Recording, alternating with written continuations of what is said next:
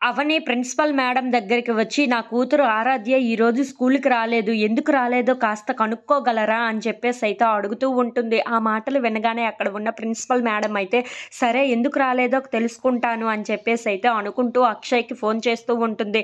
ఇంతలో అక్కడ ఉన్న అక్షయ్‌ని, "ఆరాధ్య ఎందుకు ఈరోజు స్కూలుకి రాలేదు?" అని చెప్పేసైతే అడుగుతూ ఉంటుంది. ఆ మాటలు వినగానే అక్కడ ఉన్న అక్షయ్, "నా కూతురిని నేను స్కూల్ మాన్పించేశాను. అందుకే మరి ఇక స్కూలుకి రాదు" అని చెప్పేసైతే అంటూ ఉంటాడు.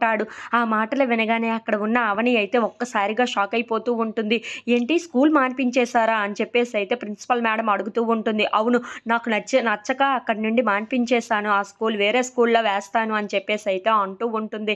ఇంతలో ఆ మాటలన్నీ విన్న అక్షయ్ వాళ్ళ నాన్న, "ఏంట్రా మీ భార్యాభర్తల తగువుల్లో ఇప్పుడు కూతురు భవిష్యత్తుని పాడు చేస్తారా ఏంటా? ఇప్పుడు ఆరాధ్యని ఎందుకు స్కూల్ మానిపించేస్తున్నావు? తన జీవితాన్ని ఎందుకు ఇలా ఆటలాడుతున్నావు?" అని చెప్పేసైతే అడుగుతూ ఉంటాడు.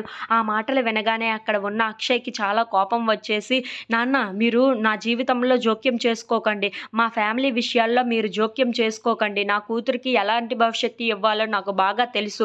మీరు కాస్త సైలెంట్‌గా ఉంటే చాలా మంచిది" అని చెప్పేసైతే అంటూ ఉంటాడు. ఆ మాటలు వినగానే ఇంట్లో ఉన్న వాళ్ళందరూ అయితే ఒక్కసారిగా షాక్ అయిపోతూ ఉంటారు. ఇంతలో అక్కడ ఉన్న రాజేంద్ర ప్రసాద్ మాత్రం, "ఏంటి అక్షయ్ ఇలా మాట్లాడుతున్నాడు" అని చెప్పేసైతే అనుకుంటూ అక్షయ్ వైపు అలా చూస్తూ ఉండిపోతాడు.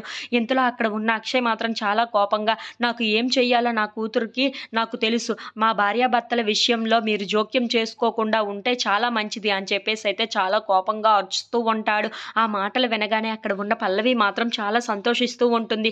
"యెస్, నాకిదే కావాలి కదా!" అని చెప్పేసైతే అనుకుంటూ ఉంటుంది. ఇంతలో అక్కడి నుండి కోపంగా అక్షయ్ వెళ్ళిపోతూ ఉంటాడు. అది చూడగానే అక్కడ ఉన్న వాళ్ళ నాన్న మాత్రం, "ఏంటి అక్షయ్ ఇలా మాట్లాడాడు" అని చెప్పేసైతే అనుకుంటూ చాలా బాధపడుతూ అక్కడే కూర్చొని బాధపడుతూ ఉంటాడు. అది చూసి ఇంట్లో ఉన్న వాళ్ళందరూ అయితే అతన్ని ఓదారుస్తూ ఉంటారు. If you like this video